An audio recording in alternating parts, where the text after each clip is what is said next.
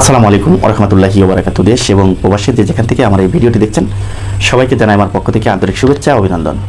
সুপ্রিয় দর্শক শ্রোতা, আপনারা জানেন যে ইতিমধ্যে এই আমাদের বাংলাদেশের রাজনীতির প্রেক্ষাপটে একজন আরেকজনের বিরোধিতা করা শুরু হয়ে গিয়েছে। সেই বিরোধিতাটা কি আসলে আপনাদেরকে জানতে হবে এবং বুঝতে হবে। দর্শক, আমি কেন এই ভিডিওটি করছি, এই ভিডিওটি সম্পূর্ণ দেখে তারপরে আপনাদের মন্তব্য আপনারা কমেন্ট বক্সে জানিয়ে যাবেন।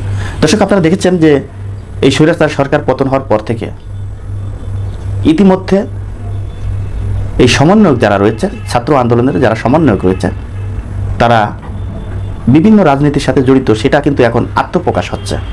আপনারা জানেন যে বেশিরভাগ সমন্বয়ক কিন্তু এই জামাতের শিবির কর্মী। তো শিবির কর্মী হওয়ার যে আত্মপ্রকাশ যে এখন ঘটতেছে, এই আত্মপ্রকাশ দেখে কিছু লোক, বাংলাদেশের কিছু লোক তাদেরকে প্রশংসায় ভাসাচ্ছে, আবার কিছু লোক তাদেরকে এই বিষয়টা নিয়ে নিন্দা জানাচ্ছে। কেন নিন্দা জানাচ্ছে? কারা নিন্দা জানাচ্ছে? যারা মূলত যে আওয়ামী লীগকে সমর্থন করেছে তাদেরকে নিন্দা জানাচ্ছে। অনেকে বলছে যে যারা নিজের পরিচয় গোপন করে তারা জাতির সাথে তারা প্রতারণা করেছে। অনেকে বলছে, কারা বলছে? আওয়ামী লীগের সমর্থক যারা রয়েছে তারা বলছে, আওয়ামী লীগের লোকজন বলছে। এখন আপনারা দেখেছেন যে এই বিষয় নিয়ে ছাত্র দলের পক্ষ থেকে একটি বক্তব্য দেওয়া হয়েছে যে ছাত্র শিবির আত্মগোপনে থেকে রাজনীতি করেছে, তারা ভীতু, তারা কাপুরুষ। অতএব ছাত্রদল প্রকাশ্যে রাজনীতি করেছে, তারা বিভিন্ন বিশ্ববিদ্যালয় এবং বিভিন্ন সময় মামলা হামলা শিকার হয়েছে, তারা প্রকাশ্যে রাজনীতি করেছে, তারা প্রকাশ্যে রাজনীতি করে মাঠে টিকে রয়েছে। ছাত্র শিবিরের বিপক্ষে ছাত্রদল কেন এই বক্তব্যগুলো দিচ্ছে এবং ছাত্র শিবির এই আত্মগোপনে থেকে যে সরকার পতন করতে সক্ষম হয়েছে, এই বিষয় নিয়ে তারা তাদের নিজেকে জানান দেওয়ার জন্য তারা বিভিন্ন বক্তব্য কিন্তু দিচ্ছে। এই বক্তব্যর পাল্টা বক্তব্য কিন্তু ছাত্রদলের পক্ষ থেকে আসছে। এখন এই ছাত্র শিবির এবং ছাত্রদল একজন আরেকজনের বিপক্ষে কথা বলা শুরু হয়ে গিয়েছে। কিন্তু কেন? আমাদের দেশে স্বৈরাচার সরকার পতন হয়েছে বেশি দিন হয় নাই, সামান্য কিছুদিনের ভিতরেই আপনারা একে অপরকে দোষারোপ করছেন, একজন আরেকজনের বিরুদ্ধে কথা বলছেন। কি কারণে?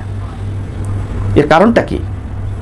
ছাত্র শিবির যদি আত্মগোপনে থেকে যদি সমন্বয়ক সেজে যদি তাদের আন্দোলন সাকসেস করতে পারে, তাহলে এখানে দোষের কি আছে? স্বৈরাচার মুক্ত দেশ করতে যে, স্বৈরাচার সরকারকে দেশ থেকে বিতাড়িত করতে যে যদি কোনো কৌশল অবলম্বন করে থাকে, তা এখানে দোষের তো আমি কিছু দেখি না। তথাপি তাদের বিরুদ্ধে কেন কথা বলা হচ্ছে? ছাত্র শিবিরই বা ছাত্র দলের বিপক্ষে কেন কথা বলবে? এই যে পক্ষ বিপক্ষে কথা বলা শুরু হয়েছে, এতে করে সুবিধাটা কাদের হচ্ছে? যারা এই দেশে স্বৈরা শাসক, যারা জনগণের উপরে গুলি চালিয়েছে, যারা জনগণের রক্তের উপরে দাঁড়িয়ে দেশ পরিচালিত করতে চেয়েছে, তাদের সুবিধা হচ্ছে। আর তাদের সুবিধার এই সুযোগটা আপনারা কেন দিচ্ছেন, এটা আমার বুঝে আসে না। আপনারা জানেন যে দীর্ঘ 16 বছর এই ছাত্রদল বলেন, বিএনপি বলেন, জামাত বলেন, হেফাজত ইসলাম বলেন, নাগরিক ঐক্য বলেন, গণ অধিকার পরিষদ বলেন, যাই বলেন না কেন, এই 17 বছর আপনারা সবাই মিলে অনেক চেষ্টা করেছেন যে এই স্বৈরাচার সরকারকে উৎখাত করার জন্য, অনেক চেষ্টা করেছেন, কিন্তু দিনে দিনে দিনে দিনে ব্যর্থ হয়েছেন। এমনকি এই সরকার এই জনগণের ভোট ছাড়াই কিন্তু ক্ষমতায় বসে রয়েছে। আপনারা তাদেরকে বিতাড়িত করতে পারেন নাই, তাদেরকে ক্ষমতাচ্যুত করতে পারেন নাই। কেন পারেন নাই? আপনারা জানেন যে বাংলাদেশের পুলিশ প্রশাসন এই সরকারের পক্ষ নিয়ে যেভাবে কথা বলেছে এবং যেভাবে কাজ করেছে, আজকে তারা আপনাদেরকে রাস্তায় দাঁড়াতে দেয় নাই। আপনারা রাস্তায় মিছিল নিয়ে বেরোলেই আপনাদেরকে গ্রেপ্তার করেছে, বিভিন্ন মামলা দিয়েছে, পুলিশ মারার মামলা দিয়েছে, বোমাবাজির মামলা দিয়েছে, গাড়ি পোড়ানোর মামলা দিয়েছে। বিভিন্ন মামলায় দেওয়ার কারণে আপনাদের নিজেদের ঘরেই আপনারা নিজেরা ঘুমাতে পারেন নাই। এটা কি অস্বীকার করতে পারবেন? আপনারা রাস্তায় মিছিল করতে পারেন নাই, আপনারা রাস্তায় দাঁড়াতে পারেন নাই, এই পুলিশ প্রশাসন যেভাবে এই সরকারের পক্ষে কাজ করেছে।